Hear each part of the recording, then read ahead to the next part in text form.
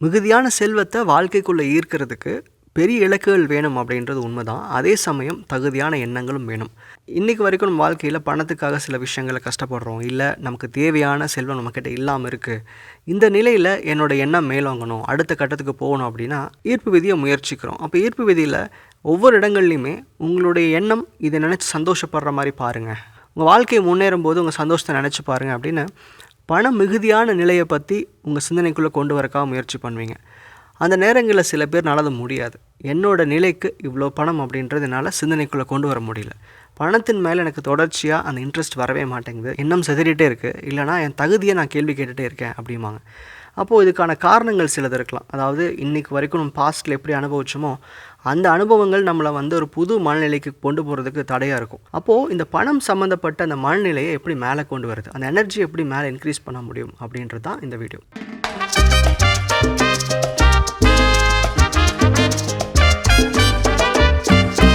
பணம் சம்மந்தப்பட்ட எண்ணங்கள் மேலோகணும், ஆற்றல் மேலோகணும் அப்படின்னா முதல்ல அதற்குரிய சரியான அவேர்னஸ் நம்ம எண்ணங்கள் இருக்கணும். நமக்கு அதை பற்றின அதிக அறிவு இல்லை அப்படின்னா யாராவது ஒருத்தரை நீங்கள் ஃபாலோ பண்ணலாம். அதாவது பணத்தில் ரொம்ப சக்ஸஸ்ஃபுல்லாக இருக்கிறவங்க, யாராவது பிஸ்னஸில் ரொம்ப சக்ஸஸ்ஃபுல்லாக இருக்கிறவங்க, இல்லை பணம் சார்ந்த விஷயங்களில் இன்றைக்கி ரொம்ப பெட்டராக இருக்கிறவங்கள நீங்கள் ஃபாலோ பண்ணலாம்.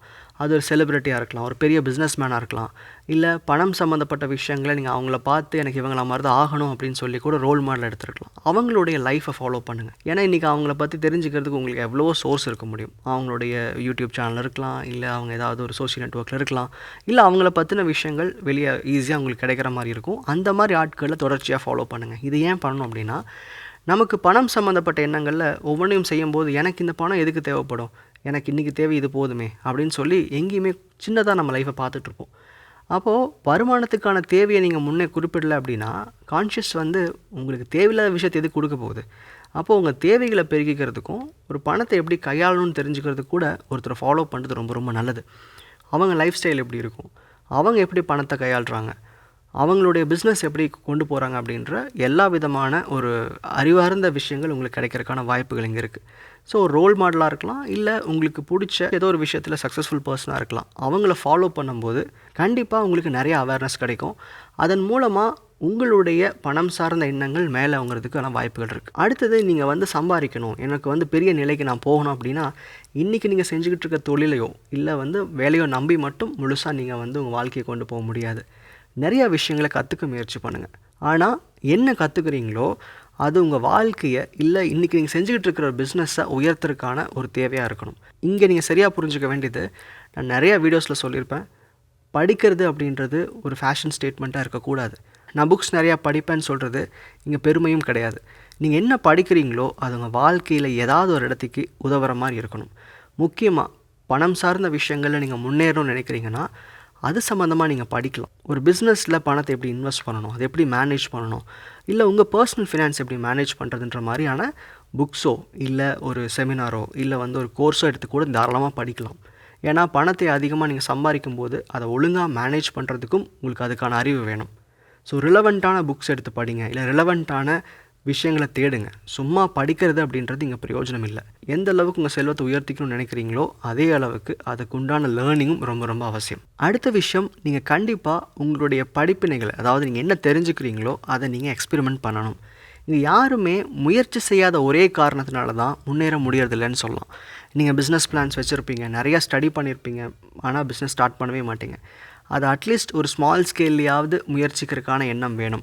இது பணம் சார்ந்த எண்ணங்கள் மேலோங்கிறதுக்கு தைரியம் ரொம்ப ரொம்ப அவசியம் அப்படிங்கிற ஸ்டேட்மெண்ட்டை குறிக்கும். ஏன்னா நீங்கள் முயற்சிக்காத விஷயங்கள் உங்களுக்கு பலன் தருமா இல்லை நீங்கள் அதில் தோல்வி அடைஞ்சிருவீங்களானே தெரியாமையே போயிடும். ஸோ ரிக்ரெட்டோட லைஃப்பை ரன் பண்ணாமல் நீங்கள் முன்னேறணும்னு நினச்சிங்கன்னா முதல்ல அதை எக்ஸ்பெரிமெண்ட் பண்ணி பாருங்கள்.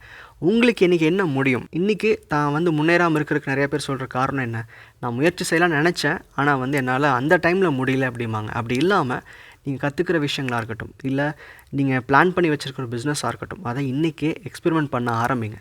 அட்லீஸ்ட் அதை ஒரு பேப்பர்லையாவது பிஸ்னஸாக பண்ணி பாருங்கள், ஒரு ட்ரையல் பிஸ்னஸ் மாதிரி பண்ணி பாருங்கள்.